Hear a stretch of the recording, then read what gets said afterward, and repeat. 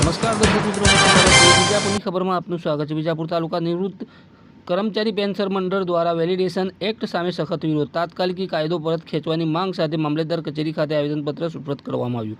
સમાચાર વિગતવાર જાણીએ તો કેન્દ્ર સરકાર દ્વારા વર્ષ 2025માં સંસદમાં રજૂ કરવામાં આવેલા અને 25 માર્ચ 2025ના રોજ લોકસભામાં પસાર કરવામાં આવેલા વેલિડેશન એક્ટ 2025ના વિરોધ વિજાપુર તાલુકા નિવૃત્ત કર્મચારી પેન્શન મંડળે આજે સખત વિરોધ નોંધાવ્યો છે। આ કાયદો કેન્દ્રીય પેન્શનરો વચ્ચે નિવૃત્તિની તારીખના આધારે ભેદભાવ જાણવા માટે સરકારને વિશેષ અધિકાર આપે છે, જેના કારણે પાછલા પેન્શનરોને કેન્દ્રીય પગાર પંચના લાભોથી વંચિત રાખવામાં આવશે। મંડળના મહામંત્રી જયંતિભાઈ એસ પટેલે જણાવ્યું હતું કે આ એક્ટ પેન્શનરો વચ્ચે ભેદભાવ સર્જે છે। કેન્દ્ર અને રાજ્ય પેન્શન મંડળોના આદેશ અનુસાર વિજાપુર તાલુકા પેન્શન મંડળ દ્વારા આજે મામલતદાર કચેરીમાં આવેદનપત્ર સુપ્રત કરવામાં આવ્યું છે।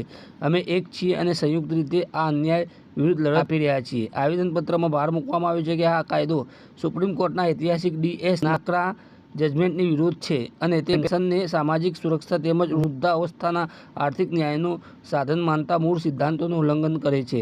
મહામંત્રીએ વધુમાં જણાવ્યું હતું કે સંસદ કે વિધાનસભામાં સરકારને પેન્શન આપવા માટે નાણાંની જરૂર પડે છે તેવું કહીને જીવનભર સરકારની સેવા આપનાર કર્મચારીઓના માટે આવા કાયદા બનાવવા પડે તે શરમની વાત છે। જીવનભર સેવા કરનાર કર્મચારીઓને વૃદ્ધાવસ્થામાં આર્થિક સુરક્ષા આપવી એ સરકારની જવાબદારી છે, તેને ખર્ચ ગણીને ટાળવાનો પ્રયાસ અન્યાય છે। આજે સવારે 11 વાગે સરદાર વલ્લભભાઈ પટેલની પ્રતિમા પાસે વિજાપુર તાલુકા પેન્શન મંડળના સભ્યોએ એકત્રિત થઈ પેન્શન મંડળ જિંદાબાદ, અમારો હક લઈને રહીશું, આવાજ દો હમે કહે જેવા સૂત્રોચ્ચાર સાથે રેલી સ્વરૂપે મામલતદાર કચેરી તરફ કૂચ કરી। રેલીમાં પહોંચીને નાયબ મામલતદાર હરીશભાઈ પંડિતને આવેદનપત્ર સુપ્રત કરવામાં આવ્યું હતું।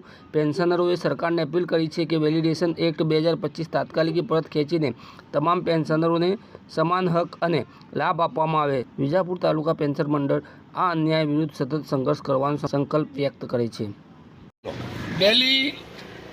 વેલિડેશન એક્ટ 2025ના નાણામંત્રી શ્રીએ સંસદમાં એક નાણાં બિલ રજૂ કર્યું હતું, જેની તારીખ હતી 25/3/2025, જેના કારણે કેન્દ્ર સરકારના જે પેન્શનરો છે એ પેન્શનરો વચ્ચે ભેદ જાળવવાનો સરકારને અધિકાર આપતો આ એક્ટ છે, એના વિરોધમાં અમારા કેન્દ્ર લેવલના અને રાજ્ય લેવલના જે પેન્શનર મંડળો છે એ પેન્શનર મંડળોના આદેશ અનુસાર અમારા વિજાપુર તાલુકા પેન્શન મંડળ ભેગા થઈને આપણા મામલતદાર સાહેબને, નરેન્દ્ર મોદી સાહેબને સંબોધીને આ કાયદાનો વિરોધ કરવા માટેનું એક આવેદનપત્ર આજે આપ્યું છે।